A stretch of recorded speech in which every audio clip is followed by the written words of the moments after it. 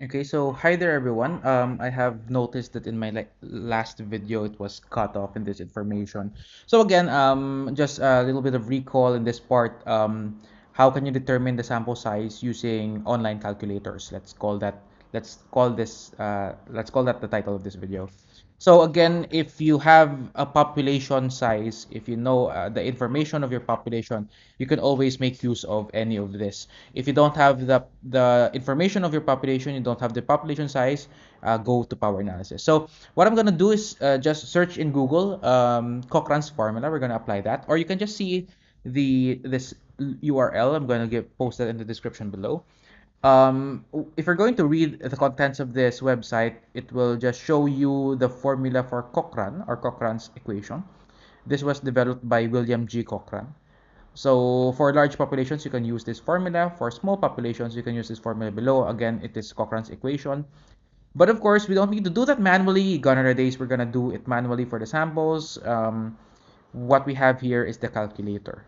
Okay, so the Cochran's formula is a formula for the sample size as a function of its precision level, its confidence level, its estimated proportion, and its population size. This is not default, so you need to check um, this button here, the small population, for you to determine for you to enter the population size. So for example, if we're going to input here, say 15,000, if you know that your population is worth 15,000, just type in 15,000 and click calculate sample size. So this website will give you back 375 as your minimum sample size. So again, as a general rule, you can always gather more than the minimum, but not less than the minimum. So it's called the minimum for some reason. So again, another online calculator which is accepted based on experience on the many panel defenses that I've had is this website, the raosoft.com/sample size. So let the parameters be default. The other parameters I meant margin of error, let it be 5%, confidence interval or confidence level, let it be 95%, and the response distribution, let it be 50%. I will change this to 1,500 and notice that the number of recommended sample size is similar to what was shown using the Cochran's formula. Hence, this Raosoft is also one way to determine your minimum sample size. Also, one more thing based on experience as well, we have here Qualtrics.com, www.qualtrics.com/blog/calculating-sample-size.